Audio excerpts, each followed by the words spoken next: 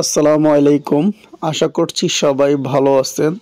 তো আজকে আমি আপনাদের পাঙ্গাস মাছের উপকারিতা সম্পর্কে বলবো। আমাদের দেশে পাঙ্গাস মাছ বেশ সহজলভ্য, দাম মোটামুটি নাগালের মধ্যে থাকে। এই মাছটি সহজেই রান্না করা যায়। অনেকে আবার এই মাছকে গরিবের ইলিশ মাছ হিসাবেও আখ্যায়িত করেন।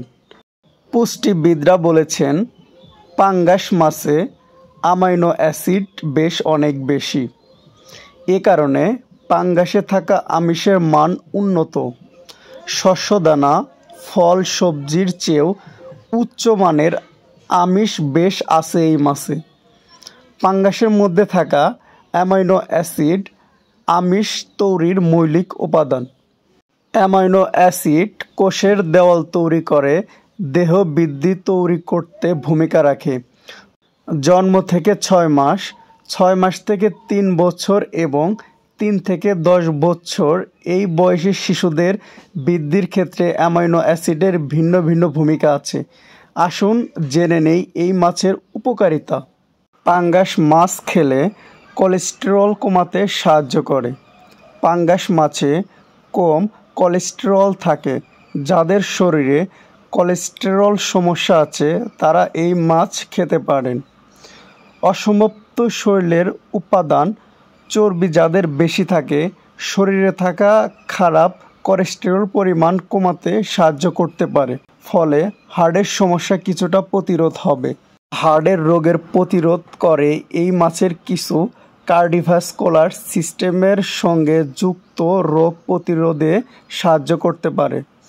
পাঙ্গাস মাছে থাকা অসমাপ্ত চর্বি এই ধরনের রোগের প্রতিরোধে খুবই কার্যকর। পাঙ্গাস মাছের মাংসে অসমাপ্ত চর্বির পরিমাণ এর মোট পুষ্টিকর মানের 50% পর্যন্ত থাকে। পাঙ্গাস মাছের হাড়ে এবং মেরুদণ্ডে ফসফরাস এবং উচ্চ ক্যালসিয়াম রয়েছে। এই উচ্চ ফসফরাস এবং ক্যালসিয়ামের উপাদান শরীরের ফসফরাস এবং ক্যালসিয়ামের প্রয়োজনীয়তা মেটায়। এছাড়াও স্বাস্থ্যকর হাড় এবং দাঁতকে মজবুত রাখতে অনেক বেশি সাহায্য করে থাকে। গর্ভে শিশু বৃদ্ধিতে সাহায্য করে। গর্ভবতী মহিলাদের জন্য পাঙ্গাস মাছ খুবই উপকারী।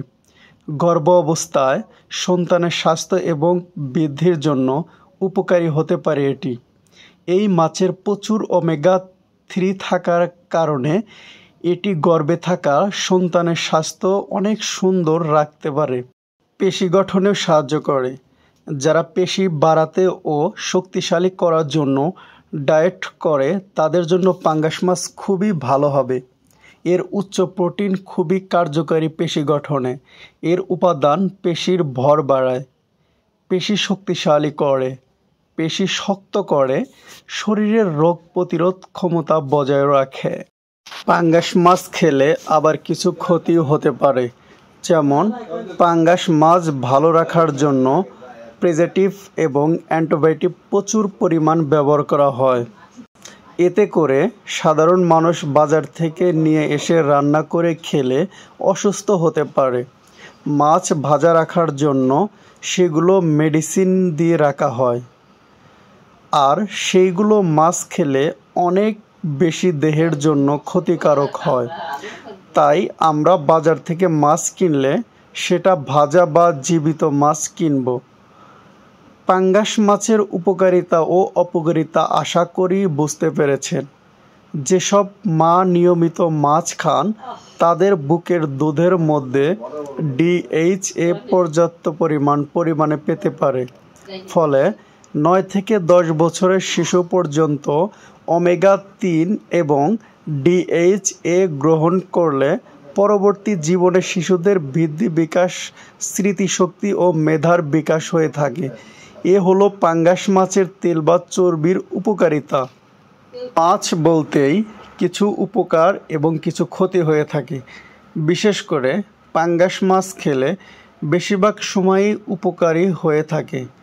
আর যেটা ক্ষতি হয় সেটা হচ্ছে যারা মরা মাছ কেনেন বা অনেক টাইম আগে মারা গিয়েছে এরকম মাছ খেলে অবশ্যই আপনাদের সমস্যা হতে পারে। আর যারা বাজার থেকে তাজা মাছ কিনবেন তারা খেলে তাদের কোনো সমস্যা হবে না আশা করছি।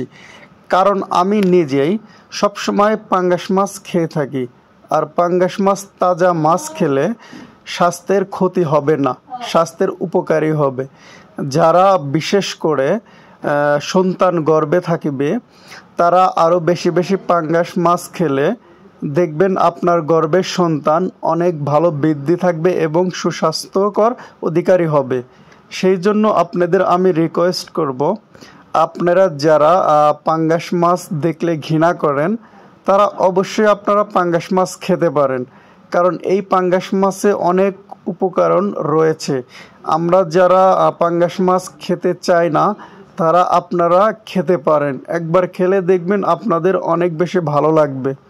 তো সবাই ভালো থাকবেন, সুস্থ থাকবেন।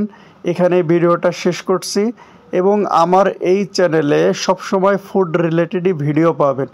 যারা নতুন নতুন ফুড রিলেটেড ভিডিও পেতে চান অবশ্যই আমার ফেসবুক পেজ ফলো করবেন এবং আমার এই ইউটিউব চ্যানেল অবশ্যই সাবস্ক্রাইব করে পাশে থাকবেন।